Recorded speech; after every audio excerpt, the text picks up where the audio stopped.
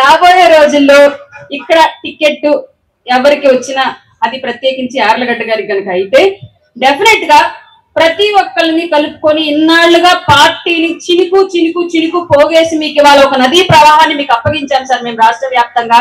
ఆ నదీ ప్రవాహం యొక్క దాహం తీర్చి నీరు కేవలం పెత్తనం చేసే ఒక్కళ్ళకో ఇద్దరికో కాకుండా పార్టీ కోసం కష్టపడ్డ ప్రతి గొంతు తడపాలి అని రాష్ట్రంలో ఆకలి కడుపుతోటి తడిసిన కంటితోటి ఎదురు చూస్తున్న ప్రతి సామాన్యుడికి కూడా ఆ ఫలాలు దక్కాలని దాని దిశగానే రెండు పార్టీల నుంచి ఎన్నికైన నాయకులు అసెంబ్లీలో తమ విధానాలు గ్రౌండ్ లో తమ నడవడికలు ఉండాలని చెప్పేసి మనస్ఫూర్తిగా ప్రతి ఒక్కరిని చేతులెత్తి రిక్వెస్ట్ చేస్తున్నాను నేను జనసేన పార్టీ తరఫున.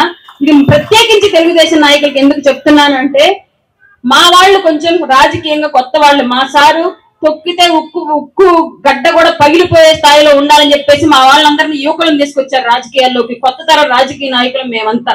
తెలుసో తెలియకో ఎక్కడైనా మా అడుగులు తడబడితే మా తడబడ్డ అడుగులను దారిలోకి లాగి మా నాయకుడికి మాకు గౌరవం ఇస్తూ మీతో పాటు మమ్మల్ని నడిపించి మాతో పాటు మీరు నడిచొచ్చే వాళ్ళుగా ఉండాలని చెప్పేసి మనస్ఫూర్తిగా తెలుగుదేశం వాళ్ళని కోరుకుంటున్నాను నేను.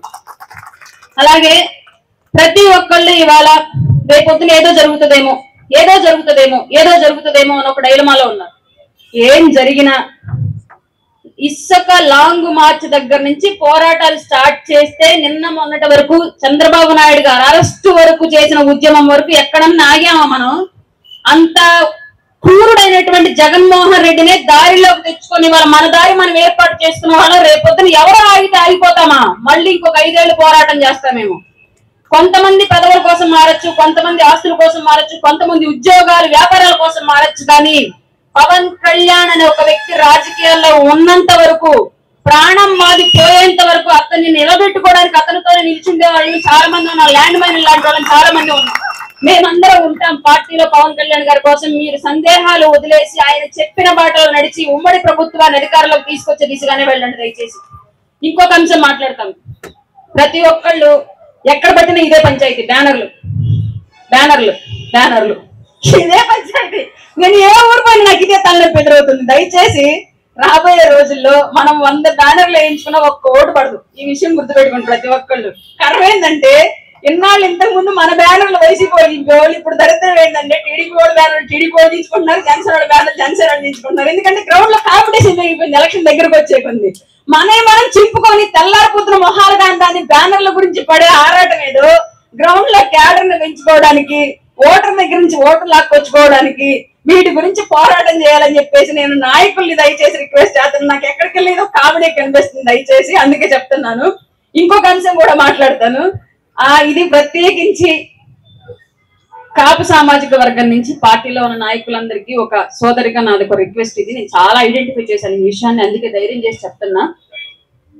కులానికి సంబంధించి మీరు దయచేసి ఏ వేదిక మీద కూడా బాహాటంగా ఈ రాజకీయ వేదిక మీద మేము మాట్లాడతాం ఆ కులం గురించి, ఆ కులం మాకు చేసే సహాయం గురించి, మాకు కావాల్సిన అవసరం గురించి. దయచేసి మీరు మాత్రం ఆ ప్రస్తావన రాజకీయ వేదికల మీద చేయొద్దు. ఎందుకంటే ఇప్పుడు కుల సంఘాలు కూడా రాజకీయ పార్టీల వర్గాలకు విడిపోయి ఉన్నాయి కాబట్టి మనకు అనుకూల వర్గాలు మన గురించి పాజిటివ్ గానే ఉన్నా, మనకి వ్యతిరేకంగా ఉన్న వర్గాలు ఈ బిట్లను తీసుకెళ్లి కుల సంఘాలు ప్రచారం చేస్తూ మిగతా కులాలను జనసేన పార్టీకి దూరం చేయాలని ప్రయత్నిస్తుంది. నా కళ్ళతో ఈ విషయాన్ని నేను చూస్తున్నాను, గమనిస్తున్నాను. కాబట్టి పవన్ కళ్యాణ్ గారు పార్టీ పెట్టింది అణగారిన వర్గాల కోసం. అందులో కమ్మలు ఉన్నారు, రెడ్లు ఉన్నారు, కాపులు ఉన్నారు, మాదిగా, ఎస్సీ, బీసీ, మైనార్టీ అందరూ ఉన్నారు. వెనకబడ్డ ప్రతి కుటుంబానికి జనసేన పార్టీ పెట్టబడింది. వాళ్ళందరి కోసం పెట్టారు. కాబట్టి దయచేసి ఏ ఒక్క సామాజిక వర్గము బహిరంగంగా ఈ పార్టీని ఓన్ చేసుకుంటున్నట్లుగా ఓన్ చేసుకోండి, తప్పలేదు. ప్రతి కులం ఓన్ చేసుకోవాల్సిన పరిస్థితి అవసరం ఇవాళ ఉంది. దయచేసి ఒక్కళ్ళు మాత్రమే దాన్ని చేయడం వల్ల దాన్ని ప్రతిపక్ష పార్టీలు తప్పుగా తీసుకెళ్తున్నాయి. కాబట్టి ఇది ఒక చెల్లిగా నా రిక్వెస్ట్ అందరికీ కూడా. అలాగే రాబోయే రోజుల్లో ఎస్సీ సామాజిక వర్గాలకు సంబంధించి ఇప్పటి వరకు కూడా కొంత ఓట్ బ్యాంకు జగన్మోహన్ రెడ్డి గారి వైపే ఉన్నట్లుగా పరిస్థితులు కనిపిస్తున్నందున ఆ సామాజిక వర్గానికి మీలో ఉన్న ఒక కోడలిగా నాకు కలిగిన ఒక భావన చెప్తూ ఉన్నాను.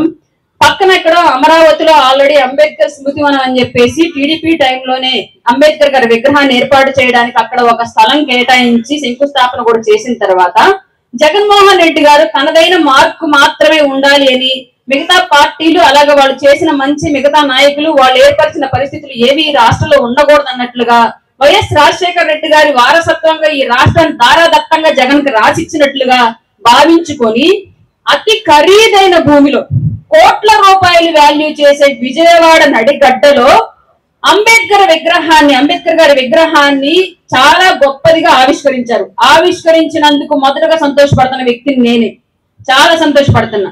కానీ అంత గొప్పదైన అంబేద్కర్ విగ్రహం యొక్క బూటు కాళ్లను చూయించి ఆ బూటు కాళ్ల కింద దళిత బిడ్డల యొక్క భవిష్యత్తును తొక్కేయబోతున్నాడు జగన్మోహన్ రెడ్డి. గుర్తుపెట్టుకోండి, ఏ ఒక్కరికి ఉద్యోగం లేదు వాళ్ళ రాష్ట్రంలో. డిఎస్సికి ప్రిపేర్ అయ్యి ఎంతమంది దళిత బిడ్డలు ఎదురు చూస్తున్నారో నాకు తెలుసు.